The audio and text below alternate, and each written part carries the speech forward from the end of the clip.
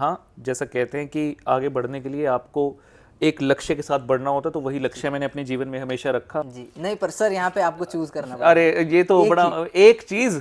Yes, एक चीज, CA, CS और सीएमए प्रोफेशनल्स के बीच में थोड़ा एक कंट्रोवर्सी हुआ था, तो हम इस कंट्रोवर्सी पे आपका पॉइंट ऑफ व्यू क्या था वो जानना चाहते हैं। राहुल सर, सबसे पहले आपका स्वागत है हमारे पॉडकास्ट में। Thank you. इतना बड़ा इंट्रोडक्शन सुन के मैं भी थोड़ा प्रेशर में हूँ। CA, CS, CMA, Deesa, MBA with all India ranks, ये सब सुन के दिमाग में एक ही चीज़ आता है कि आप एक नॉर्मल इंसान हैं या आपके पास कुछ दिव्य शक्तियाँ हैं।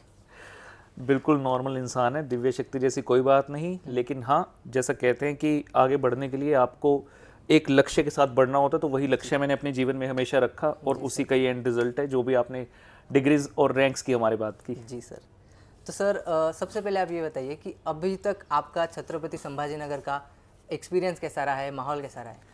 छत्रपति संभाजीनगर एक स्पेशल प्लेस होल्ड करता है मेरे हार्ट में। अगर मैं सच में बात बताऊं, वो साल है 2017, अक्टूबर महीने की बात है, और मेरी ज़िंदगी का पहला मैराथन सेशन जो हुआ था, ना ऑनलाइन ना ऑफलाइन, पहला सेशन वो संभाजीनगर में ही हुआ था, छत्रपति संभाजीनगर में। And I can't forget that day even, मतलब कभी मैं उस डे को भूल नहीं सकता। मतलब वो एक बहुत अमेजिंग मोमेंट है जो हमेशा मेरे साथ रहती है। और छत्रपति संभाजीनगर से तो इतना प्यार है कि पूरे भारत भर के अंदर सबसे ज़्यादा मैराथन जो ऑफलाइन हुए हैं वो छत्रपति संभाजीनगर के में ही हुए हैं, तो इससे ज़्यादा तो मैं क्या कहूँ। और यहाँ के बच्चे भी आपसे बहुत ज़्यादा कनेक्टेड बहुत बहुत ज़्यादा प्यार नहीं, हमेशा जब भी मैं यहाँ पर आता हूँ सेशन लेने के लिए, तो बच्चों का खूब प्यार मिलता है। और अब सो जब से विकासा की कमेटीज बनने स्टार्ट हुई हैं, जैसा आप सब लोगों ने इस बार बहुत अच्छे से परफॉर्म किया बेटा, बहुत अच्छा। Thank you so much sir.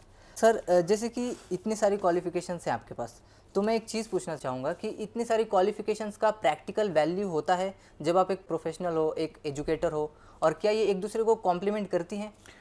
बहुत अच्छा सवाल है। काफ़ी सारे लोगों के मन में सवाल आता है जब वो मेरा इंट्रोडक्शन देखते हैं कि सर ने सीए किया है, सीएस किया है, सीएमए किया है, अब other than that CFA, Deesa, MBA etcetera. तो ये 3 कोर्सेज के बारे में अक्सर ये सवाल पूछा जाता है कि क्या इसका कोई फ़ायदा है, क्या एडिशनल कोई बेनिफिट मिलता है या कॉम्प्लीमेंट करते हैं। तो because I am an educator, तो मैं एज एन एजुकेटर सबसे पहले जवाब दूंगा कि I have been teaching since year 2010, और मुझे इतना ज़्यादा बेनिफिट मिला है बच्चों को अपनी नॉलेज स्प्रेड करने में, क्योंकि जब मैं एक स्टूडेंट को पढ़ा रहा हूँ, मैं कहीं बाध्य नहीं हूं, मेरी नॉलेज की कोई एक लिमिट नहीं है कि मैं सिर्फ इसी प्रोफेशन की नॉलेज दूंगा। क्योंकि मैं जीवन में ऐसा मानता हूं कि हर कोई छोटी से छोटी चीज जब हम करते हैं तो कुछ ना कुछ सीखने हमें जरूर मिलता है। और यहाँ तो सीए के साथ हम बात करेंगे सीएस और सीएम में, जो अपने आप में बहुत ही बेहतरीन कोर्सेज हैं, मतलब सीए के साथ कहीं ना कहीं कंपेयर भी किए जाते हैं। तो डेफिनेटली मुझे एक इतना अच्छा एक नॉलेज बैंक मिला, और उसी नॉलेज बैंक को जब मैं बच्चों के साथ शेयर करता हूं तो मुझे डेफिनेटली बहुत अच्छा फील होता है एज एन एजुकेटर। दूसरा एक छोटा सा जवाब और देना चाहूंगा। आपने राज मुझसे पूछा कि प्रैक्टिकली भी क्या इसका कोई रेलिवेंस होता है। अब इसके 2 पहलू हैं। एक होता है कि छोटी, मतलब एक छोटा, बिल्कुल टू द पॉइंट अगर हम बात करें तो कोई भी नॉर्मल इंसान ये कहेगा कि नहीं कोई फायदा नहीं होता, बिकॉज जब आप प्रैक्टिस में हो तो आप certification only as a chartered accountant या कॉस्ट अकाउंटेंट या एज अ कंपनी सेक्रेटरी कर सकते हैं। तीनों की आप प्रैक्टिस एक साथ नहीं कर सकते। बट अगेन हम आज की डेट में जानते हैं कि when you are doing the practice, जब आप अपने क्लाइंट को सर्विस दे रहे हो, उस समय पर अगर जो आपके स्कोप में है उसके अलावा अगर आप 4 बात क्लाइंट को और बता सकते हो जो कि उसका फायदा कर सकते हैं, जो कि किस तरह से बेनिफिट कर सकते हैं उसको, मेरी सीएस या सीएमए की नॉलेज तो डेफिनेटली मुझे लगता है कि प्रैक्टिकली भी काफी ज्यादा हेल्प ये चीजें करती हैं। आई एम श्योर सर, आपने जो ये कहा बहुत सारे बच्चों को इंस्पायर करेगा कि एक साथ बहुत सारे कोर्सेज कर सकते हैं। बिल्कुल बिल्कुल सर, जैसे कि आप रैंक होल्डर हैं, राइट। बहुत सारे बच्चों को ये फैसिनेटिंग लगता है। आपका माइंडसेट क्या रहा होगा प्रिपरेशन के दौरान, और आपने कौन से पैटर्न को फॉलो किया होगा, कौन से स्ट्रैटेजी को फॉलो किया होगा टू टैकल द एग्जाम्स? बेहतरीन बेहतरीन, ये काफी बच्चों के मन में सवाल आता है। बच्चे पूछते हैं अक्सर मुझसे कि सर आपने 1 बार नहीं, 2 बार नहीं, 3 बार नहीं, 5 बार रैंक लिया, तो ऐसा क्या था और आप ऑलरेडी रैंक 1 तक पहुंचे, तो व्हाट वाज योर स्ट्रेटेजी? मैं बताता हूं, जैसे मैंने बिल्कुल स्टार्टिंग में एक छोटी सी चीज कही कि जब भी किसी काम को करो, तो मेरे जीवन का उद्देश्य यही रहा है कि कोई भी काम आप करो, चाहे वो पर्सनल है, प्रोफेशनल है, कोई असाइनमेंट है, पढ़ाई है, तो आप अपनी पूरी जान उसके अंदर झोंक दो, आप उसमें एक्सीलेंट करने की कोशिश करो। जब मैं पढ़ाई कर रहा था तो ऐसा तो बिल्कुल नहीं था कि मैंने सोचा था कि मुझे रैंक ही लेना है या मेरा रैंक ही आ जाएगा। मैं हमेशा कहता हूं कि रैंक जो है it's a by product of the good studies, excellent studies, as well as जो आप एग्जाम अटेम्प्ट करते हो। सो जब मैं पढ़ रहा था, स्ट्रेटेजी जैसे अपना क्या, सबसे पहले स्ट्रेटेजी पर आता हूं, तो कोई खास स्ट्रेटेजी नहीं थी। सिंपल इतनी बात होती थी कि जितना समय मिला है मुझे उसमें सिर्फ पढ़ना है। बच्चे कई बार मुझसे आज के डेट में पूछते हैं सर 6 घंटे पढ़ाई करें, 8 घंटे पढ़ें या 10 घंटे करें, तो मैं कहता हूँ बेटा ऐसे नंबर ऑफ आवर्स में आप इसको जज मत करो। आप सबसे पहली बात तो करो इफेक्टिव स्टडी रादर देन कि आप नंबर ऑफ आवर्स देखो। आप ये देखो कि आपने आउटपुट कितना निकाला, चाहे वो कम घंटों के अंदर ही हो। लेकिन जब मैं एज अ स्टूडेंट था तो मेरे घर वाले भी मुझसे परेशान रहते थे, मेरे मम्मी पापा बड़े परेशान थे, उन्हें लगता था ये लड़का पागल हो गया है। कहते जब देखो रात को उठते थे 12 बजे, 2 बजे, सुबह 4 बजे मैं पढ़ ही रहा होता था, डांट मार के मेरे को सुलाते थे कि 5 बज गए सो जा। तो मैं मतलब एक कहता ना जोश और एक जुनून वो मेरे सिर पे छाया हुआ था। मुझे था कि अब मैं इस कॉमर्स फील्ड में आ गया, मैंने सीए का कोर्स स्टार्ट कर दिया, उसके बाद मैंने सीएस सीएमए भी साथ साथ पैरेलल स्टार्ट किया। तो मुझे ऐसा ही था कि मुझे अपनी तरफ से बेस्ट इन कोर्सेज में करना है। और एक साथ में छोटी सी बात कि मेरे लिए फेलियर कभी ऑप्शन नहीं था। मुझे ऐसा लगता था कि I have to pass at any cost. जब भी मैं अटेम्प्ट देता था, हम सब ये जानते हैं कि सीए सीएस सीएमए में अटेम्प्ट्स अनलिमिटेड होते हैं, कोई लिमिट नहीं है। इंस्टीट्यूट सीधा एक तरह से ओपन चैलेंज करते हैं, भाई तेरे में दम है तो पास करके देगा, हम तुझे नहीं रोकेंगे। तो इंसान लगा रहता है। लेकिन मुझे ऐसा था कि जो भी अटेम्प्ट में एग्जाम कर रहा हूं, I always considered at the last attempt of my life. मुझे लगता था कि अगर इस एग्जाम में पास नहीं हुआ तो इंस्टीट्यूट मुझे अगला अटेम्प्ट बैठने नहीं देगा। और वो एक चीज मुझे हमेशा मोटिवेट करती थी कि कुछ भी करके मुझे इस एग्जाम के अंदर पास होना है। और जब इतनी मेहनत के साथ मैं एग्जाम हॉल में जाता था, उस 3 घंटे के अंदर अपनी बेस्ट प्रेजेंटेशन के साथ बेस्ट जो आउटपुट एक देता था, उसी का एंड रिजल्ट है that I got the rank. लेकिन हाँ, जैसा कुछ लोग कहते हैं कि आपको पहले से पता था रैंक आ जाएगा, जी नहीं, मुझे नहीं पता था रैंक आ जाएगा। लेकिन हाँ, रैंक हर उस बच्चे का आ सकता है जो मेहनत कर रहा है और जो रैंक की प्री कंडीशन है, बोथ ग्रुप्स के लिए एक साथ अपीयर करता है। राज और डेडिकेशन के साथ आपके जैसे प्रिपेयर सर एक चीज़ और पूछना चाहूँगा, जैसे कि नॉर्मली आदमी सीए बनने के बाद सोचता है कि मैं जॉब करूँगा, करेक्ट, या फिर प्रैक्टिस में जाऊँगा, राइट। लेकिन आपके मन में ऐसा कौन सा थॉट आया था जिसने आपको मजबूर तो नहीं बोलूँगा, लेकिन आप मजबूर नहीं बोल सकते, लेकिन मैं बोल सकता हूँ कि हाँ, मैं मजबूर हो गया था। सो सवाल आता है मन में, जी बिल्कुल वैलिड एक क्वेश्चन है कि सर आपने सीए सीएस सीएमए किया, सीएफए किया, तो ये सब आपने सिर्फ टीचिंग में आने के लिए तो नहीं किया होगा, क्योंकि टीचिंग इनके बिना भी हो सकती थी। टीचिंग में तो खाली एक सीए जो कोर्स अगर आपने वही क्लियर कर लिया, सीए फाइनल, आप चार्टर्ड अकाउंटेंट बन गए, तो वो अपने आप में मतलब एक ऐसी चीज है जिसके बेस पे आप जीवन में कुछ भी कर सकते हैं, आगे बढ़ सकते हैं लाइफ में अपने सपने पूरे करने के लिए। तो इसकी कहानी कुछ ऐसी है, जब सन 2004 में मैंने अपनी सीए स्टार्ट करी थी, तब मेरे माइंड में ऐसा कुछ नहीं था कि मुझे कभी टीचिंग में आना है। इवन जब सीए भी क्वालिफाई मैंने कर लिया इन द ईयर 2009, जनवरी में मेरा एग्जाम का रिजल्ट आया था, नवंबर 2008 में मैंने अपीयर किया था सीए फाइनल्स, और सीएस सीएमए भी हो गया। तो ये सब चीजें जब मैं कर रहा था या जब मैंने स्टार्ट करी, इवन जब एंड हुई, तो मेरा कोई प्लान नहीं था फुल टाइम टीचिंग में आने का। एंड शायद आपको नहीं पता और दर्शकों को नहीं पता तो बता दूं कि मेरी जो पहली जॉब थी that was in grand Thornton, Chandigarh में। चंडीगढ़ से मैं बिलोंग करता हूं और उस समय मैं चंडीगढ़ में था। इट वाज ईयर 2009, तो ऑलमोस्ट फॉर अ ईयर मैंने काम किया जीटी में, and after that for almost 2 to 2.5 months I worked with EY as well. I was in EY Gurgaon in their risk advisory services. लेकिन कुछ फैमिली कंडीशंस ऐसी हुई, मेरे मतलब मदर को ब्रेन ट्यूमर हो गया था, so I had to come back leaving my job to Chandigarh. और मुझे कुछ ऐसा करना था कि मैं घर पर रहकर उनकी देखभाल भी कर सकूं और अपना साथ साथ कुछ कर सकूं। तो मेरे सामने ऑप्शन यही थी कि either I can go into practice और I can go for the teaching. लेकिन क्योंकि मैंने इतने सभी सीए सीएस सीएमए सीएफए किया था, तो मुझे लगता था कि अगर मैं अपनी नॉलेज बच्चों के साथ बांटता हूं तो मुझे बहुत अच्छा लगेगा, और इतना जो नॉलेज बैंक है I will be able to share with them rather than going to practice. So that was the thing in year 2010। मैंने अपने घर से स्टार्ट किया और बहुत ही एक हम्बल स्टार्टिंग थी, 2 बच्चों से स्टार्ट किया था। उसके बाद पढ़ाते चले गए। उसके बाद 3-4 साल के बाद ऑप्शन आई मेरे पास कि अब मैं ये काम छोड़कर, टीचिंग छोड़कर कॉर्पोरेट में जा सकूं और जो सपने किसी समय देखे थे उनको पूरा कर सकूं। लेकिन अब इस कदर इस प्रोफेशन से प्यार हो चुका था, मुझे लगा नहीं, बच्चों को मेंटर करने के अलावा इससे बड़ा काम तो कुछ हो ही नहीं सकता। तो अब मैं आया था बाय फोर्स, लेकिन अब मैं भर भर के कहते हैं कि बाय चॉइस इस प्रोफेशन में, और जब तक रहूंगा तब तक यही काम करूंगा। और बच्चे भी सर आपको कहीं जाने नहीं देने वाले, आपको बहुत प्यार करते हैं। और सर अब जैसे इंटरनेट का ज़माना और भी ज़्यादा बढ़ रहा है, एडवांसमेंट आ रही है, एब्सोल्युटली, और साथ साथ में कंपटीशन भी बहुत बढ़ रहा है, बिल्कुल टीचिंग इंडस्ट्री में तो और भी ज़्यादा। तो मैं आपसे ये जानना चाहता हूँ कि आप स्टूडेंट से कनेक्ट रहने के लिए और कंपटीशन को टैकल करने के लिए क्या क्या करते हैं? इस सवाल का जवाब बड़ा ही सिंपल है। जैसे हर इंडस्ट्री में आज के डेट में कंपटीशन बढ़ रहा है, तो हमारे टीचिंग प्रोफेशन में भी बहुत ज़्यादा कंपटीशन बढ़ रहा है। होता क्या था, एक ज़माने में जब एक पर्सन चार्टर्ड अकाउंटेंसी का कोर्स क्लियर करता था, उसके सामने 2 विकल्प होते थे, या तो जॉब करे या प्रैक्टिस करे। लेकिन जब से ये ऑनलाइन स्टार्ट हुआ, तब से सब लोग जो सीए कर रहे हैं उनके मन में आने लगे कि यार ये थर्ड एवेन्यू हमारे पास है टीचिंग का, जो कि बिल्कुल है। लेकिन कई बार क्या होता है, मैं देखता हूँ आज के डेट में बच्चा क्लियर होने से पहले ही मतलब अपना यूट्यूब चैनल खोल लिया, पढ़ाना स्टार्ट कर दिया, मतलब उनको लगता है कि ये बहुत आसान है, हम कर सकते हैं। लेकिन साथ ही साथ ये बहुत इंपॉर्टेंट चीज़ है जो मैं सबको कहना चाहूँगा कि ये जो हमारा टीचिंग प्रोफेशन है ना बेटा, ये बहुत बहुत बहुत ज़्यादा रिस्पॉन्सिबिलिटी का प्रोफेशन है। यहाँ पर ना गलती का स्कोप नहीं है, बिकॉज जो गलती होगी वो सिर्फ हमें अफेक्ट नहीं कर रही, जितने सारे मेरे दर्शक हैं, जितने स्टूडेंट्स मेरे ऊपर डिपेंडेंट हैं, वो सब अफेक्ट होते हैं। बहुत सारे लोगों को मैं जानता हूं जो बहुत अच्छा कर रहे हैं टीचिंग में, and I give them a thumbs up कि यस आप बहुत अच्छा कर रहे हैं और आप आगे बढ़िए, मतलब आप बच्चों को मेंटोर करिए। लेकिन वहीं कहीं ना कहीं बहुत सारे लोग ऐसे भी हैं जो कि सिर्फ आ गए हैं इस प्रोफेशन में considering the monetary compensation. Monetary is necessary but only monetary is not necessary, that's the thing. तो मैं अपने बच्चों से कनेक्ट रहने के लिए बहुत ही सिंपल जो स्टार्टिंग से किया, I focus on the quality teaching. और जो मेरा ऑडियंस है, टारगेट ऑडियंस, वो पहचान देंगे राहुल सर जब करा रहे हैं तो he is giving us the quality. और बहुत ज़्यादा डीप रिसर्च के बाद मैं अपनी कोई भी क्लास या कोई भी लेक्चर लेता हूँ तो उतना ही कनेक्ट बच्चे से बनाने के लिए हमारा इंपॉर्टेंट और नेसेसरी रहता है, उतने में बच्चा हमें पहचान लेते हैं। और जो हमारे टारगेट ऑडियंस है, जैसे आपके अभी छत्रपति संभाजी नगर में हमने बच्चों के साथ मैराथन सेशन कंडक्ट किए तो बच्चे पूरी तरह से खुश थे। एंड हम चाहते हैं कि जो बच्चा हमसे पढ़े, हम उसको जीवन में पढ़ाई के अलावा भी कुछ लेसन्स, कुछ वैल्यूज सिखा पाएं। एंड वो चीज़ बहुत मतलब एक दूरदर्शी तक लेकर जाती है और बच्चों को बहुत आगे लाइफ लेसन्स देती है, जिसके कारण वो लाइफ में सफल भी होते हैं। जी।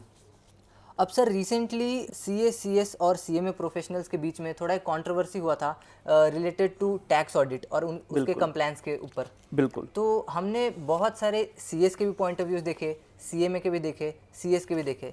अब आपके पास तो तीनों क्वालिफिकेशन है, तो हम इस कंट्रोवर्सी पे आपका पॉइंट ऑफ व्यू क्या था वो जानना चाहते हैं। परफेक्ट। पहली बात तो मैं बताऊं कि ये कंट्रोवर्सी पहली बार नहीं हुई, हर कुछ साल के बाद ये कंट्रोवर्सी जन्म लेती है। फिर से इन तीनों इंस्टीट्यूट्स के बीच में कोल्ड वॉर स्टार्ट हो जाता है कि कौन सा काम किसको दिया जाए। I think the time has come कि ये बार बार हर 4-5 साल में उठने की बजाय फॉर वंस इसको सेटल कर दिया जाए। 3 प्रोफेशनल बॉडीज हैं, तीनों को बनाया गया अपने अपने एक स्पेशलाइजेशन के लिए। अगर वो स्पेशलाइजेशन माइंड में ना होती तो तीनों इंस्टीट्यूट की जरूरत ही नहीं थी, फिर एक ही इंस्टीट्यूट बना दिया जाता। अब जब सीए इंस्टीट्यूट बनाया गया, पार्लियामेंट के द्वारा एक्ट पास किया कि कुछ ऐसी चीजें हैं जो चार्टर्ड अकाउंटेंट्स के लिए रखी गई, वहीं कुछ ऐसी चीजें हैं जो सिर्फ कंपनी सेक्रेटरीज के लिए रखी गई, कुछ ऐसी चीजें हैं जो सिर्फ कॉस्ट अकाउंटेंट्स के लिए रखी गई। तो मेरे ख्याल से ये जो कोल्ड वॉर चलती है और ये जो चलता है कि तीनों इंस्टीट्यूट को मिक्स करके एक बना दें, ऐसा कर दें, उसमें कुछ नहीं रखा।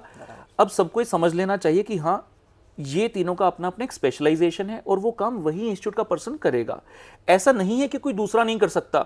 लेकिन एक छोटा सा एग्जांपल लेता हूं, आज की डेट में हमारे चार्टर्ड अकाउंटेंसी कोर्स में लाखों बच्चे अपीयर होते हैं, कितने सारे बच्चे हर साल एडमिशन लेते हैं। जब भी कोई बच्चा इस कोर्स में एडमिशन लेता है तो उस कोर्स के प्रोस्पेक्ट्स देखता है कि मैं कितना टाइम इसमें लगाऊंगा, कितना कॉस्ट लगाऊंगा और सीए क्लियर करने के बाद मुझे क्या बेनिफिट मिलेंगे। अब मान लीजिए किसी बच्चे ने 4 साल पहले सीए स्टार्ट किया और आज वो सीए फाइनल में है, उसने उस वक्त ये देखकर स्टार्ट की कि कुछ चीजें जो सिर्फ हमारे लिए हैं, सीएस के लिए, जिसके कारण उसको अपना फ्यूचर बहुत ही सुंदर दिख रहा था, एक अच्छा ब्यूटीफुल फ्यूचर उसके लिए है आगे।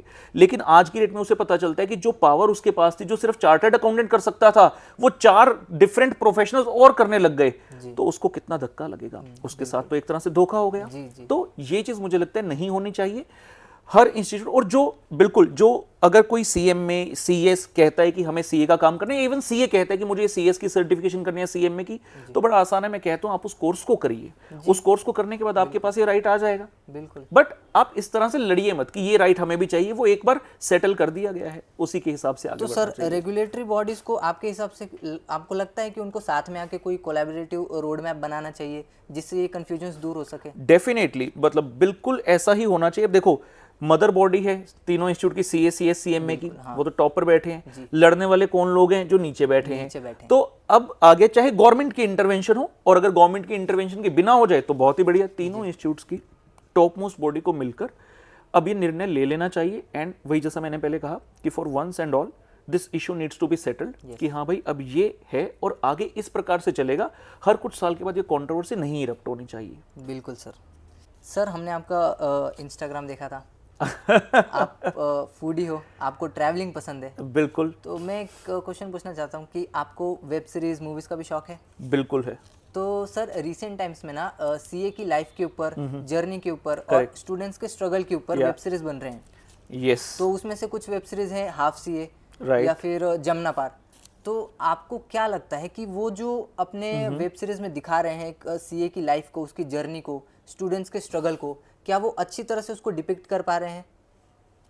ओके, सो जैसा आपने कहा OTT का और मूवीज़ का शौक तो है, लेकिन जितनी आपने सीरीज बोली मैंने सारी तो नहीं देखी है, कुछ कुछ क्लिप्स इनमें से देखी हैं और कुछ एपिसोड शायद देखे हैं। तो बहुत ही अच्छा ये क्वेश्चन है कि वो किस तरह से डिपिक्ट कर रहे हैं हमारी चीज़ को, और क्या वो फायदेमंद है या क्या वो होना ही नहीं चाहिए था। जी सबसे पहली बात तो मैं कहूँ कि जब सन 2004 की बात है, जब मैंने सीए स्टार्ट किया, तो इवन जब तक सीए भी बन गया, बहुत सारे लोग ऐसे हैं जब आप उनको बताते हो कि आपने सीए की है, उनको ये पता ही नहीं होता कि सीए क्या है, सीए करता क्या है, सीए एक एस्पिरेंट की लाइफ में क्या क्या चीजें होती हैं, किन मुश्किलों से वो गुजरता है, किस तरह से एक इंसान सीए बनता है। सो इस चीज के ऊपर जब पहली वेब सीरीज बनी तो I was definitely very happy कि एक सीए स्टूडेंट, क्योंकि हमारे पास ना कोई कॉलेज है, घर बैठकर हमें पढ़ाई करनी पड़ती है, एग्जाम देने जाना पड़ता है और घर ही घर में बैठकर चार्टर्ड अकाउंटेंट बन जाते हैं।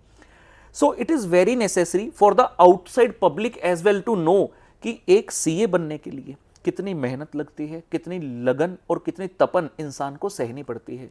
जहां तक बात है कि क्या वो अच्छी तरह से डिपिक्ट कर पाए या नहीं कर पाए, अब वो सिनेमा वालों की बात है, मेरे ख्याल से उन्होंने एफर्ट किया, यही काबिल तारीफ है। तो आई डेफिनेटली वांट कि और अच्छे से इस बारे में अगर आने वाले समय पर और भी वेब सीरीज या और भी कंटेंट बनेगा तो definitely it is going to be very helpful, लोगों में सीए के बारे में अवेयरनेस और बढ़ेगी। जी सर, पर क्या आपको लगता है कि ये नैरेटिव स्टूडेंट्स के ऊपर थोड़ा प्रेशर बिल्ड करता है? यस यस, अगेन जैसा हम कहते हैं हर सिक्के के दो पहलू हैं, तो कहीं ना कहीं देखो जो इन सीरीज की हम बात करें, इनकी टारगेट ऑडियंस सबसे पहले तो चार्टर्ड अकाउंटेंसी के स्टूडेंट्स ही हैं। सबसे पहले तो स्टूडेंट्स ही उन सीरीज को देखना चाहते हैं बिकॉज वो उससे सबसे ज्यादा इजीली कनेक्ट करते हैं, राइट। जैसे कि मूवी आई थी छावा, अब छत्रपति संभाजी नगर में अगर Chhaava movie super duper hit ना हो तो फिर बात ही क्या। तो यहाँ के लोग जिस तरह से उस मूवी से कनेक्ट किए होंगे, मैं दावे के साथ कह सकता हूँ चाहे पूरे भारत भर के लोग डेफिनेटली कनेक्ट हुए, लेकिन एक जो भाव है सबसे ज्यादा इस जगह के लोगों का रहा होगा। सेम वे में जैसे हम बात कर रहे हैं कि सीए कोर्स के ऊपर वेब सीरीज बनी तो सबसे ज्यादा कनेक्ट होते हैं बच्चे, और जब हम कनेक्ट होते हैं सीए स्टूडेंट की जीवन में इतनी पीड़ा होती है, मैं समझ सकता हूं क्योंकि मैं खुद इस दौर से गुजरा हूं। आपके इतने ज्यादा दोस्त नहीं होते, राइट, आपको ये ही नहीं पता। जब कॉलेज में जाते हैं तो आपको पता है एक क्लास के अंदर से 50 या 100 बच्चे हैं, वो सारे आपके सेम लेवल पर हैं, आप उनसे बात करते हैं, रोजमर्रा की जिंदगी में मिलते हैं, अपने जीवन के डेली 6 से 7 घंटे आप कुछ दिनों तक उनके साथ बिताते हैं जब तक उस कॉलेज में है। तो आदान प्रदान, दुख सुख, काफी सारी ऐसी अनकही चीजें भी होते हैं जो आप शेयर करते हैं, जबकि सीए कोर्स में ऐसा नहीं होता। तो सीए का स्टूडेंट तो इन्हीं वेब सीरीज से अटैच करता है, लेकिन कई बार क्या होता है कि उस चीज को देखकर कई बार हम अपने आप से ऐसा हो सकता है कि हाई एक्सपेक्टेशन कर लें, या फिर हमें लगे कि यार सीरीज में इस प्रकार से दिखाया गया, ऐसा कर सकते हैं, लेकिन हम जीवन में नहीं कर पाए। अब हम जानते हैं कि किसी भी सीरीज या मूवी की एंडिंग तो हैप्पी होनी है, नहीं तो फिर डायरेक्टर को तो हमारे यहाँ पर बख्शा नहीं जाएगा कि भाई अगर कोई रोमांटिक फिल्म है तो उसमें हीरो और हीरोइन को अंत में मिलाना है। सिमिलरली अगर सीए स्टूडेंट के ऊपर बनाई है तो लास्ट में सीए स्टूडेंट को तो देखो पास कराना पड़ेगा, और अगर वेब सीरीज में वो बच्चा बिल्कुल डेफिनेटली पास हुआ और कोई बच्चा ऐसा उस सीरीज को देख रहा है जो नहीं पास हुआ, तो डेफिनेटली ये एक पीड़ा कहीं ना कहीं मन में रह जाएगी, यार वो सीरीज वाला बच्चा ही पास हो गया, मैं तो रह गया। तो वो एक छोटी सी चीज है, लेकिन हाँ मैं ये भी साथ साथ समझता हूँ कि बच्चे इतने परिपक्व हैं, डे बाय डे और मैच्योर होते जा रहे हैं, तो इस चीज को एज अ फन लिया जाए, देखा जाए, अपनी सिचुएशन से रिलेट करने के लिए, और बहुत ज्यादा इसकी भावनाओं में ना बहा जाए। जी सर, बिल्कुल। सर आजकल हम लोग देख रहे हैं कि जो यंग सीएस हैं वो लोग ऑडिट और टैक्सेशन के अलावा RERA compliance, real estate finance या ड्यू डिलिजेंस जैसे नए डोमेन में जा रहे हैं, तो क्या आपको लगता है कि वो सीए के लिए नेक्स्ट बिग अपॉर्चुनिटी बन सकती है? डेफिनेटली। आज की डेट में तुम वैसे ही बात करें, इकोनॉमी इतनी इवॉल्व कर गई, हमारा इंडिया भी ग्रोथ पाथ पे आगे बढ़ गया। एक सीए अगर आज से 15-20 साल पहले की बात करें, जो सीए प्रैक्टिस करता था वर्सेस जो सीए आज प्रैक्टिस करता है, उसमें काफ़ी फ़र्क है। रेगुलेटरी कंप्लायंसेस किसी भी तरह से वैल्यू एडिशन नहीं करती हैं। एक ट्रेडिशनल प्रैक्टिस होती थी जहां पर हम कहते थे एक सीए इनकम टैक्स की रिटर्न भरेगा जी, जीएसटी, वैट, एक्साइज की कंप्लायंसेस करवाएगा, इस तरह से जो भी लॉज उनकी कंप्लायंसेस कराई जाती थी। लेकिन आज की डेट में जो नीड ऑफ द आर है फ्रॉम अ चार्टर्ड अकाउंटेंट, वो सिर्फ इस ट्रेडिशनल प्रैक्टिस की नहीं है बल्कि वैल्यू एडिशन की है। जहां तक आपने राज बात करी RERA and due diligence and इसके अलावा कई और चीजें भी, जैसे रेरा कुछ साल पहले इंडिया में लाया गया, इसी तरह से ये सिर्फ एक इकलौता एक्ट नहीं है, आने वाले समय में ऐसे और हंड्रेड्स ऑफ एक्ट्स आएंगे, और हर एक्ट अपने साथ एक अपॉर्चुनिटी लेकर आता है जहां पर एक चार्टर्ड अकाउंटेंट रोल प्ले कर सकता है। तो रेरा की जहां तक आपने बात की, रेरा के अंदर कई सारे फॉर्म्स हैं, कई सारे सर्टिफिकेशंस जहां पर सीए को ध्यान रखना पड़ता है, जहां पर एक प्रैक्टिसिंग चार्टर्ड अकाउंटेंट से आपको वेरिफिकेशन करा के सर्टिफिकेट लेना पड़ता है। तो definitely it is one of the very big opportunity, because across the country जो है रेरा को कोई स्टेट सब्जेक्ट तो नहीं है, सेंट्रल सब्जेक्ट है, तो अक्रॉस द कंट्री बहुत एक अच्छी जो है अपॉर्चुनिटी है चार्टर्ड अकाउंटेंट्स के लिए। एंड नॉट इवन रेरा, इसके अलावा भी कई सारे ऐसे अनएक्सप्लोर्ड एवेन्यूज हैं जहां पर चार्टर्ड अकाउंटेंट्स डेफिनेटली अपना योगदान दे सकते हैं। और आज के डेट में जैसा एक मैंने पॉइंट कहा, I will like to touch upon that again for the young CS जो भी हमारा सेशन देख रहे हैं, कि as soon as you qualify as a chartered accountant and you come into the practice, तो अपने आप को अब हमें normal traditional audit, ITR, compliance से दूर हटकर हमें ये देखना है कि what actual change we can bring to the client. हमें अपनी एडवाइस के साथ वैल्यू एडिशन करना है, बिकॉज जब एक स्टूडेंट सीए कर रहा है, सीए बनता है, इतना सारा सब्जेक्ट मैटर पढ़ता है, आर्टिकलशिप ट्रेनिंग के दौरान इतनी सारी चीजें सीखता है, तो नॉलेज का अनडाउटेडली भंडार है। मतलब मैं ये कहता हूं कि हमारी फील्ड में, फाइनेंस फील्ड में, चार्टर्ड अकाउंटेंट का हाथ कोई नहीं पकड़ सकता, वो सबसे टॉप पर है। लेकिन उसके बाद आती है बात डिलीवरी की। तो अभी समय आ गया कि हम अपने आप को डेवलप करें, अपने आप को वेल प्रेजेंटेबल बनाकर क्लाइंट के लिए एक्चुअल जो वैल्यू एडिशन है अपना वैल्यू से, अपनी एडवाइस से वो कर सकें। जी सर, बिल्कुल सर। जैसे आईटी और ऑटोमेशन का ज़माना है, करेक्ट, तो इस ज़माने में अपने यंग सीएस को रेलेवेंट रहने के लिए आपको क्या लगता है कि उनको कैसे अपस्किल करना चाहिए अपने आप को? यहाँ पे मैं क्वेश्चन को ही थोड़ा सा मॉडिफाई करना चाहूंगा। आईटी और ऑटोमेशन का जमाना है, जो यंग बच्चे सीए बन रहे हैं वो तो फिर भी वेल वर्स्ड हैं आईटी के साथ, लेकिन जो बेचारे हमारे पुराने सीनियर चार्टर्ड अकाउंटेंट्स हो गए, इतनी ज्यादा टेक्नोलॉजी पिछले कुछ साल में आ गई है कि दे रियली, मतलब उनके लिए चैलेंज बन गया कि यार किस तरह से कोप अप करें। अब दो पहलू हैं, आईटी को हम ले सकते हैं एज अ नेगेटिव भी, ये सोचकर कि यार आईटी आ गई, कुछ काम ऐसे हैं जो पहले चार्टर्ड अकाउंटेंट करता था, अब उस चीज के सॉफ्टवेयर्स बन गए, तो हमें लगेगा ये काम तो सॉफ्टवेयर करने लगा, मैं क्या करूं। लेकिन बात यह कि हमें उससे कदम से कदम मिलाकर चलना है, क्योंकि देखो जैसा भी है IT is there, automation is there, और आने वाले समय पे वो और बड़े लेवल पर ग्रो करेगा। तो इस सच्चाई को हम नकार नहीं सकते, हमें उसके साथ रहकर ही, उसी टेक्नोलॉजिकल एडवांसमेंट को अपनाकर ही आगे बढ़ना पड़ेगा। सो द चार्टर्ड अकाउंटेंट, चाहे वो यंग हैं या सीनियर हैं, दे शुड ट्राई कि इन चीजों का हम बेनिफिट किस तरह से ले पाएं अपनी प्रैक्टिस में। हो सकता है कोई एक ऐसा काम जिसको करने में हमें पहले 2 घंटे लगते थे, हो सकता है ऑटोमेशन की वजह से हम उसको कुछ मिनट्स में कर पाएं, तो उसके कारण हमारे पास जो समय बचेगा हम उसमें और अपने आप का रिसर्च डेवलपमेंट कर सकते हैं और किस तरह से वैल्यू जो है हम दे सकते हैं। सो इसके साथ मिलकर चलना ही आज की नीड ऑफ द आवर है। जी सर, बिल्कुल। सर, आपके टॉप 3 गोल्डन रूल्स क्या होंगे यंग प्रोफेशनल के लिए ही, जो कि फ्यूचर रेडी फाइनेंस करियर बना सकते हैं? ठीक है, मैं आपके सवाल को इस तरह से समझता हूं कि जो यंग सीए एस्पिरेंट्स हैं और साथ साथ यंग सीएज हैं, तो लाइफ में मतलब सक्सेसफुल होने के लिए क्या कुछ मंत्राज हैं जो होने चाहिए। तो मैं अपने जीवन की ही कुछ चीजें हैं, उन्हीं से कुछ पॉइंट्स हैं, उन्हीं को इलेबोरेट यहां पर करूंगा, कुछ पॉइंट्स बताऊंगा। सबसे पहले मैंने अपने जीवन में सीखा कि if you want to move ahead, तो there should not be any excuse. तो मेरा पहला मोटो यही है, no excuses for go getters. No excuses for go getters मतलब अगर आपने एक बार ठान लिया आपको ये काम करना है, विश्वास मानिए पूरी कायनात लग जाएगी आपको रोकने के लिए कि आप वो काम ना कर पाए, लेकिन आपको रुकना नहीं है। The moment you stop you lose the battle. तो पहला मोटो यही है, no excuses for go getters. Second है, अगर आपको लंबी रेस का घोड़ा बनना है, you have to take the long route which is sustainable. बहुत बार अपने जीवन में हम शॉर्टकट अपनाना चाहते हैं कि यार मैं ना एक लॉन्ग रूट की बजाय ये छोटा शॉर्टकट अपनाकर ये चीज हासिल कर लेता हूं। उस मोमेंट पे आपको अच्छा लगेगा, आप हासिल भी कर लोगे, लेकिन लॉन्ग रन में वो चीज बैकफायर जरूर करेगी आपको। तो आप धीरे धीरे आगे बढ़िए। आपने जो ड्रीम सोचा था अपने लिए करने का, लेट्स से 6 महीने में सोचा था, नहीं हो पाया 6 महीने में, कोई बात नहीं, 1 साल लगता है, 2 साल लगता है, लगने दो, लेकिन कॉम्प्रोमाइज मत करो। लॉन्ग रन में आपको वो चीज हमेशा पे ऑफ करेगी। जैसे कहते हैं कि लिफ्ट से आप बहुत जल्दी ऊपर पहुंच जाते हैं, लेकिन मोटापा आ जाएगा तो बेटर है सीढ़ियों का रूट ही अपनाइए। और तीसरा मैं ये कहना चाहूंगा कि जीवन में कभी भी हार्डवर्क करने से मत डरिए।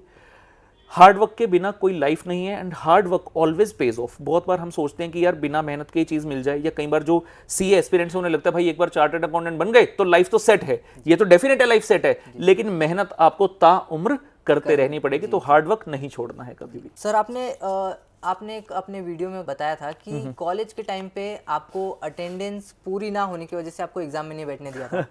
ओके, बड़ी अच्छी रिसर्च करके आए आप। जी सर। और जब उनको पता चला कि आप एक रैंक होल्डर हैं, तो उनका पॉइंट ऑफ व्यू आपके लिए चेंज हो गया। तो वो मोमेंट आपके लिए कैसा था सर?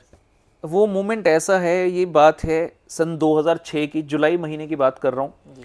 2025 में आ गया, ऑलमोस्ट 20 साल होने वाले, लेकिन वो दिन, वो समय, वो पल आज भी मेरे जहन में कहीं ना कहीं सेव्ड है, मैं उसे नहीं भूलता हूँ। तो हुआ कुछ ऐसा था, बीकॉम 2 में था, अब साथ में सीए इंटर के एग्जाम थे, तो हम अपने कॉलेज के प्रिंसिपल के पास गए कि सर हमें छुट्टी दे दीजिए कि हम अपना कॉलेज अटेंड नहीं कर सकते, हमें तो घर बैठकर सीए की पढ़ाई करनी है। तो उन्होंने मुझे भगा दिया था गाली देकर। पंजाबी बंदे थे तो उन्होंने कहा कि नहीं यार मैं नहीं दे सकता और you will have to come to the college. अब मुझे ये देखना था कि मेरे जीवन में इंपॉर्टेंट क्या है। ऐसा नहीं कि बीकॉम इंपॉर्टेंट नहीं थी, लेकिन हाँ कई बार हमें चूज करना पड़ता है, प्रायोरिटीज सेट करनी पड़ती है। तो मेरे लिए ऑब्वियसली सीए इंपॉर्टेंट थी। मुझे पता था लाइफ में अगर मैं आगे बढ़ूंगा अपने सीए कोर्स के दम पे बढ़ूंगा, ना कि बीकॉम के सहारे। तो मैंने ठान लिया कि मैं कॉलेज नहीं जाऊंगा, मैं तो अपने एग्जाम दूंगा। एग्जाम बीकॉम के एग्जाम से ऑलमोस्ट 15 दिन पहले सुनने में आया कि सब बच्चों को रोल नंबर मिल रहे हैं, तो हम भी चले गए कॉलेज में। तो हमें साफ साफ कह दिया गया कि लाइन से निकल जाइए, आपकी तो अटेंडेंस शॉर्ट है, आपको नहीं देने, एग्जाम देने नहीं दिए जाएंगे। अब मैं परेशान, मैं तो पढ़ने वाला अच्छा बच्चा होता था, तो हमारे लिए तो एक शौक की तरह लगा कि यार ये क्या हो गया, हमें एग्जाम में बैठने नहीं दिया जा रहा। तो चलो किसी तरह टीचर से रिक्वेस्ट करके हमने रोल नंबर तो एक दिन एग्जाम से पहले दिन ले लिया। मैंने बीकॉम के एग्जाम दिए, फिर सीए इंटरमीडिएट के एग्जाम दिए, और जब सीए इंटरमीडिएट के रिजल्ट है तो I got the all India rank. मैं उस समय चंडीगढ़ में था, तो मेरा ही रैंक था पूरे चंडीगढ़ में। तो मैं अपने कॉलेज में गया, मैं उस टाइम 3rd ईयर में पहुंच चुका था। तो मैं प्रिंसिपल साहब के पास गया, तो मैंने उनको बताया सर ये लीजिए मिठाई खाइए और मेरा रैंक आया है। तो उन्होंने मुझे देखा एकदम से और उन्होंने पहचान तो लिया, लेकिन वो कहते हैं कि अपॉर्चुनिटी का फायदा उठाना क्या होता है। तो उसमें प्रिंसिपल साहब के रूम में कुछ डेलीगेट्स बैठे थे, उन्होंने इमीडिएटली कहा उनको कि ये देखिए जी हमारे कॉलेज का प्राइड है, और मैंने इनको छुट्टी दी थी सो दैट ये अपने सीए कर सकें। और मैं हक्का बक्का रह गया कि अरे सर ये आप क्या कह रहे हो, आपने तो मुझे मना कर दिया था। लेकिन कहते हैं कि आपकी सक्सेस का मजा उसी में है कि जो आपके लोग अगेंस्ट हो या जो आपको डाउट करें वो भी आपके पाले में आ जाए, वो भी आपकी तरफ जब हो जाए ना, तो वो रियल सक्सेस होती है। और वो दिन मुझे याद है। उसके बाद जब 3rd ईयर में मैं पहुंच गया और अब मुझे आर्टिकलशिप स्टार्ट करनी थी, लेकिन रेगुलर कॉलेज का आर्टिकलशिप अलाउड नहीं होती। तो I was the only student in my college जिसको प्रिंसिपल साहब ने लीव दिया था कि बेटा अब तुझे कुछ भी करना है सीए में तो कर, तुझे कॉलेज में आने की आवश्यकता नहीं है, तेरे अटेंडेंस का जिम्मा हमारा रहा। सो बहुत अच्छा एक वो वाकया है मेरी जिंदगी का। और सर जैसे हमें अब पता है कि आप फूडी हो, बिल्कुल जी। तो अगर आपको ऐसा कहा जाए कि आपको जिंदगी भर सिर्फ एक ही खाना खाना है, ओके तो वो डिश कौन सी होगी? देखो आपने कहा मैं फूडी हूँ, अब फूडी हूँ तो मुझे तरह तरह के व्यंजन पसंद हैं। जी नहीं, पर सर यहाँ पे आपको चूज करना पड़ेगा। अरे ये तो बड़ा एक चीज, यस एक चीज। 2 कर लूं? नहीं सर, अरे एक मीठे में एक नमकीन में कुछ तो ऐसा ऑप्शन दीजिए, इतना तो रियायत दीजिए। आपके लिए अब देखो जी हम ठहरे वेजिटेरियन लोग जी। तो जहाँ तक सॉल्ट में आती है, मतलब सब्जी की बात आती है, तो पनीर हमारा वीक पॉइंट है। तो पनीर जो दिखाए हम फिसल जाते हैं थोड़ा सा, मतलब पनीर बहुत पसंद है हमें। तो जहाँ तक आती है नमकीन की बात तो पनीर के साथ गुजार लेंगे जिंदगी, और जहाँ तक आती है मीठे की बात तो गाजर का हलवा। वाह, आई लव दैट। ये तो आपने बहुत लोगों के मन की बात छीन ली। और आपको ट्रैवलिंग भी पसंद है? I love travelling. तो अगर आपके ऊपर कोई प्रोफेशनल बर्डन नहीं रहा और आपको एक वीकेंड बिना किसी बर्डन के दिया जाए, तो आप कहाँ पे जाना पसंद करेंगे? ओके सो आपने कहा कि ट्रैवलिंग पसंद है, ट्रैवलिंग पसंद है, तो मैंने इस कारण पहले किस समय पे मुझे बाइक का शौक था। ईयर 2009 से लेकर 2015 तक मैंने बहुत बाइक चलाई है। R15 होती थी, पल्सर 220 लिया, फिर हार्ले डेविडसन भी लिया जो मेरा एक गोल होता था, उस पर मैं बहुत घुमा। लेकिन फिलहाल मैं गाड़ियों की तरफ ज़्यादा रुख करता हूँ। और ट्रैवलिंग के लिए कहाँ जाना चाहोगे, कहाँ मैटर नहीं करता, मैं और मेरी गाड़ी अगर साथ हैं I can drive it continuously for any number of days. तो रादर देन कि मैं किसी डेस्टिनेशन पर जाऊं, I would like to explore India. I am not saying the world, India. India से खूबसूरत मुझे नहीं लगता कुछ भी है। कुछ जगह हैं डेफिनेटली, जाइए घूम कर आ जाइए, लेकिन अपने भारत से अच्छा कुछ नहीं। मेरा भारत महान, और हम कहते हैं कि सारे जहां से अच्छा हिंदुस्तान हमारा। तो अपनी गाड़ी लेकर मैं जाऊंगा, साउथ जाऊंगा, नॉर्थ जाऊंगा, जो मैं अक्सर जाता भी हूँ ड्राइव करते हुए। तो बस इसी तरह समय बिताएंगे अपना, अगर एक वीकेंड हमें मिल जाए जहाँ पर कोई रिस्पॉन्सिबिलिटी हमारे ऊपर ना हो। राज, और आपने अभी गाड़ियों की बात की, तो ऑल टाइम 3 फेवरेट बाइक्स या कार्स, कोई भी आप बता सकते हैं? ऑल टाइम देखो पसंद तो बहुत है जी। तो सबसे पहले तो जो कार मेरे पास है, I am a big fan of that car. अच्छा, उसकी स्टोरी भी मैं सुनना चाहूँगा आपसे। मैंने मेरे दोस्त से सुना, उसकी भी कोई बैकग्राउंड स्टोरी है? बैकग्राउंड स्टोरी इतनी ही है, जब बचपन में होते थे जी। तो साइकिल होती थी। कॉलेज टाइम तक मेरे पास साइकिल ही थी। जब कॉलेज पास आउट हो गया उसके बाद मैंने स्कूटर लिया था। तो साइकिल होती थी मेरे पास, लेकिन सपने हमेशा मैंने बड़े देखे, और मुझे लगता था कि भगवान ने अगर इस जन्म दिया है, हमें इस धरती पर आए हैं, तो यूं ही तो नहीं है, कुछ तो बड़ा काम करके जाएंगे, और एटलीस्ट जो अपने सपने हैं उनको पूरा करने की कोशिश करेंगे। मेरे पास साइकिल होती थी। और एक बार की बात है, मुझे याद है, गाड़ियां अपने आसपास चंडीगढ़ शहर से मैं था तो बहुत सारी अच्छी से अच्छी बड़ी से बड़ी गाड़ियां देखते थे हम। लेकिन एक बार एक गाड़ी देखी जिस पर मेरा मन अटक गया। वो थी BMW की गाड़ी X4। और उस दिन माइंड में बैठ गया कि यार बड़े होकर ना कभी भी अपॉर्चुनिटी मिली, कभी भगवान की मेहर रही और इतने पैसे कमाए तो ये गाड़ी जरूर लूंगा। और सन 2020 के एंड में मुझे वो मौका मिला तो I bought that car and it is very close to my heart. इसलिए जब आपने कहा कि 3 कोई भी बाइक या कार्स के नाम लिए तो उसमें टॉप पर आती है मेरी कार जो मेरे पास है अभी, and I love riding that. So BMW X4। जहां तक आती है बाइक्स की बात तो I am a big fan of Harley Davidson. कोई भी हार्ले डेविडसन का बाइक हो दे परफॉर्म वेरी वेल। मेरे पास स्पेसिफिकली सुपर लो बाइक होता था उनका। और आपने कहा एक और बताइए, तो मेरे पास एक कार होती थी जी, इतनी प्यारी वो कार है, वोक्सवैगन पोलो। दिखने में जितनी छोटी लगती है उसे कहते हैं छोटा पैकेट बड़ा धमाका। वो बहुत अमेजिंग कार थी, लोगों की फेवरेट बहुत मेरे दिल के बहुत करीब थी।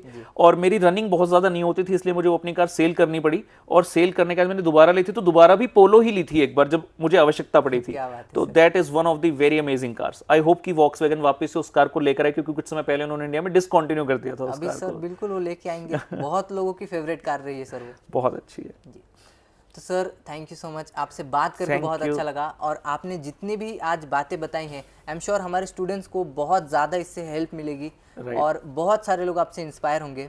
और बाकी तो हमारे CSN के बच्चे आपसे बहुत प्यार करते हैं तो हम चाहते हैं कि आप अगले मैराथन सेशन में भी यहाँ पे आए सितंबर अटेम्प्ट के लिए। Definitely Raj, thank you so much for having me over. बहुत अच्छा लगा आपसे बात करके एंड उम्मीद करता हूँ बच्चों का मार्गदर्शन जरूर होगा, बच्चे एंजॉय करेंगे इस सेशन को। बिल्कुल sir ji, thank you Raj, thank you sir.